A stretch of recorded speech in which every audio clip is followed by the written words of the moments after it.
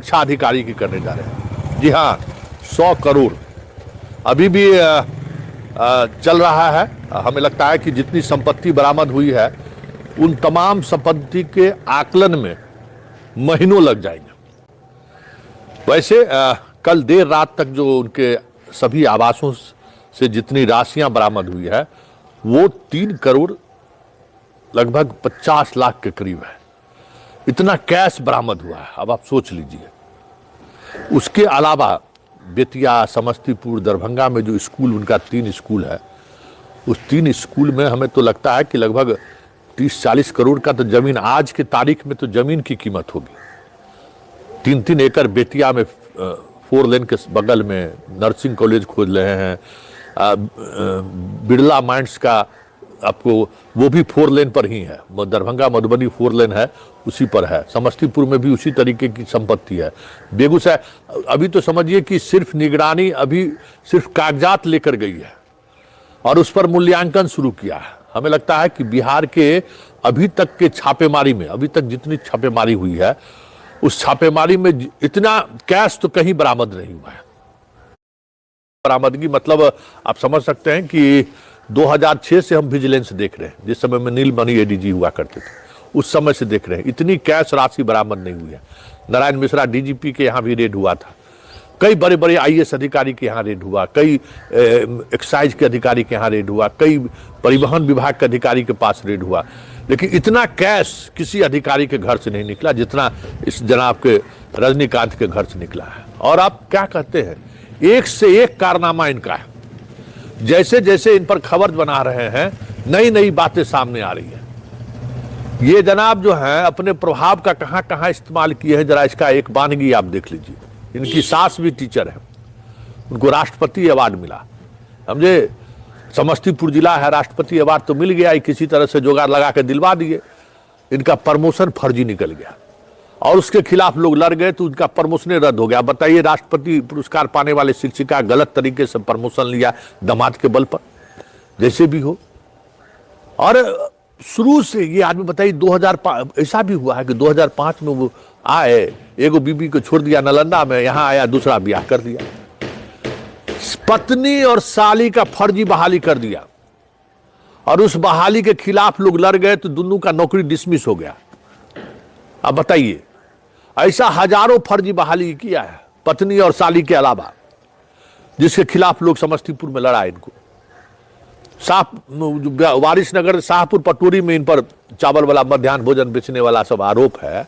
अब समझ जाइए, ऐसा आरोपी अधिकारी इतने दिनों तक विभाग में कैसे प्राइम पोस्ट पर रहा और जहां गया वहां इसी तरीके का धंधा किया।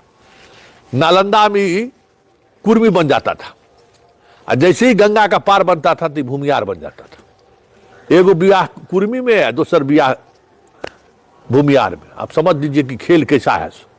एक तो पटना में बन जाएगा कुर्मी, भाई हम नीतीश जी के गांव के हैं, पटना से बाहर आएगा बेगूसराय, समस्तीपुर में तो हो गए भूमियार, वहां यहाँ एगो भूमियारन से ब्याह कर दिए। तो कितना बड़ा एक कलाकार आदमी है, आप सोच लीजिए। मतलब आंख में धूल झोंकने वाली बात देखिए कि कितना बिहार के हर तरह के नब्ज को ये आदमी पकड़े हुए था। अय्यासी और बाकी चीज तो छोड़ दीजिए, उसकी तो चर्चा हर जगह, हर पल, हर मुहाने पर आपको मिल जाएगा। जहां जाइएगा इसके अय्यासी की चर्चा आपको मिल जाएगी। लेकिन बड़ी बात यह है कि के पाठक के दौर में भी जिस तरीके से इसका खेल फरुखावादी जारी रहा, आखिर विभाग में कुछ तो बात रहा होगा, कुछ तो चीजें ऐसी हैं जिस वजह से इस पर अभी तक कोई कार्रवाई नहीं हुआ। जबकि जहां गया वहां से इसके खिलाफ हजारों पत्र मुख्यालय पहुंचे हैं, 1-2 पत्र नहीं। बेतिया में इसके खिलाफ सिर्फ विधायक ही नहीं आवेदन दिए थे, शिक्षक, जनप्रतिनिधि, बहुत सारे लोग इसके खिलाफ आवेदन दिए थे और उस आवेदन पर कभी कोई कार्रवाई नहीं हुई। वो तो स्पेशल विजिलेंस यूनिट पर इतना ज्यादा दबाव बना कि ये जनाब मैनेज नहीं कर सके, क्योंकि पटना में जिस लॉबी को ये पकड़ कर रखे हुए थे वो लॉबी आजकल कमजोर है। पटना से बाहर जिस लॉबी को पकड़ कर रखे हुए थे वो लॉबी भी अब उतना प्रभावशाली नहीं है। तो उनके लिए मुसीबतें खड़ी हो गई। अभी बेगूसराय के संपत्ति की तो जांच होबे नहीं किया है, पटना की संपत्ति की तो जांच होबे नहीं किया है। अभी देखते चलिए ना, मतलब अब शिक्षा विभाग का एक वानगी आप समझ लीजिए कि इसको इस तरीके से समझिए कि एक अधिकारी कितना कमा सकता है शिक्षा विभाग में। मतलब 100 करोड़ मतलब रखता है। मतलब 3.5 करोड़ रुपया कैश बरामद होना अपने आप में बड़ी बात है।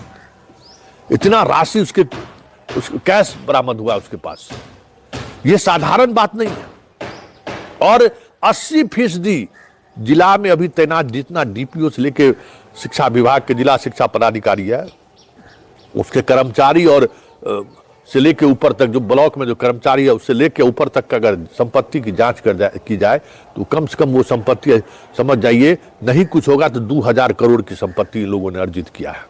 देखिए 2 ही फील्ड के आदमी अभी जमीन का भाव बढ़ाए हुए हैं, एगो शिक्षा, दूसरा डॉक्टर। आप कहीं भी देखिएगा ना जमीन के भाव को लेकर जब डाक लगता है, हम लोग यहाँ डाक कहते हैं कि भाई बोली लग गया, तो 2 विभाग का आदमी अभी टिकता है, एगो डॉक्टर और दूसरा शिक्षा विभाग का। मतलब जिस जमीन का कीमत 10 लाख 15 लाख 20 लाख बहुत है, वहां करोड़ों ही लोग लगा देता है, ठोक देगा एकदम कि हमको चाहिए तो चाहिए। तो इस तरीके का खेल शिक्षा विभाग में हो रहा है। अब आखिर पैसा आ कहां से रहा है? तो सिर्फ के पाठक जो सब जगह पैसा दिए वो पैसा तो है ही कि समरसेबुल लगाने में जितना लूटा ही, टेबल बेंच में लूटा ही, थाली गिलास में सब में लूट लिया। अब बताइए ना 6 महीना से एस सिद्धार्थ आए और जांच बैठाए ना, आज तक जांच रिपोर्ट आया, कोई कार्रवाई हुई? काहे नहीं हुई? भाई इतना अगाध पैसा कमाए हुए है कि जो जांच कमेटी जाता है उसको 2, 4, 5, 10 लाख रुपया दे दिया, जांच कमेटी बैठ गई। आज एगो आईपीएस अधिकारी से बात हो रही थी, वो आईपीएस अधिकारी बता रहे थे कि इलेक्शन में कहीं गए थे, तो इलेक्शन लोकसभा चुनाव के दौरान तो हर गांव का लोग यही कह रहा था कि सर देखिए लूट लिया समरसेबुल, देखिए पहले से स्कूल में समरसेबुल है, बिल्डिंग है, फिर भी बना दिया, समरसेबुल लगा दिया, टेबल बेंच पहले से है, फिर भी टेबल बेंच खरीद के दे दिया। मतलब पाठक के जमाने में किस तरीके का लूट हुआ उसका एक उदाहरण ही रजनीकांत है। और रजनीकांत कोई एगो रजनीकांत नहीं है, हर विभाग, शिक्षा विभाग के हर डाल पर एगो रजनीकांत आपको मिल जाएगा जो इस तरीके का उगाही करके करोड़ों रुपया अर्जित किया है। अब देखना दिलचस्प होगा क्योंकि अभी भी लगातार हम खबर चला ही रहे हैं, लोगों को लग रहा है कि रजनीकांत पर जो है सो कार्रवाई होना बड़ा मुश्किल है। ऊपर से नीचे तक कह सकते हैं कि अपने तरीके से चीजों को, स्वाभाविक है भाई, गंगा के उस पार कुर्मी बन जाता है, सब कुर्मी अधिकारी है, वहां नालंदा का कुर्मी बन जाता है, अपने तरीके से मैनेज करता है। इस पार भूमियार बन जाता है तो भूमियार भी दबंग जाता है, तो जो दबंगता का जो एक प्रभाव होता है उस प्रभाव से इधर के लोगों को प्रभावित करके रखता है। मतलब बताइए कि इस तरीके का चरित्र का आदमी, अरे बाप रे, मान गए भाई। 2005 का बताइए, 2005 में ये आदमी जो है सो विभाग में आया, 20 साल में ये कहां से कहां पहुंच गया, अंदाजा कर लीजिए। ये बिहार में जीरो टॉलरेंस वाली बात, जहां नीतीश कुमार अक्सर बोलते हैं ना कि जीरो टॉलरेंस है, भ्रष्टाचार का जीरो टॉलरेंस, तो यही जीरो टॉलरेंस का सच है।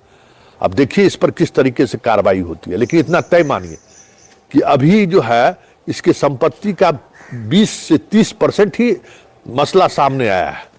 अभी जब पूरे जितनी भू राशि, जितना 3.5 किलो सोना, चांदी, हीरा जवाहरात, जितना सब कुछ बरामद हुआ है उसकी गणना आने दीजिए, पूरी गणना होने दीजिए।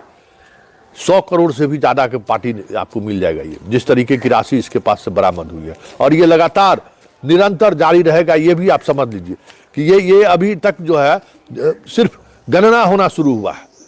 पटना का अपार्टमेंट सबका तभी किस्सा बाकी है, किस तरीके से बाल बच्चा इसका सब कोटा में पढ़ता है उसका अभी गणना अभी बाकी है। कोटा में घरे खरीद लिया, बाल बच्चा पढ़ेगा तो कोटा में घरे खरीद लिया, और कितना फर्जी नौकरी दिया है ये लोग, इसकी जांच हो जाए ना, सब कुछ सामने आ जाएगा कि बिहार में शिक्षा व्यवस्था में हो क्या रहा है।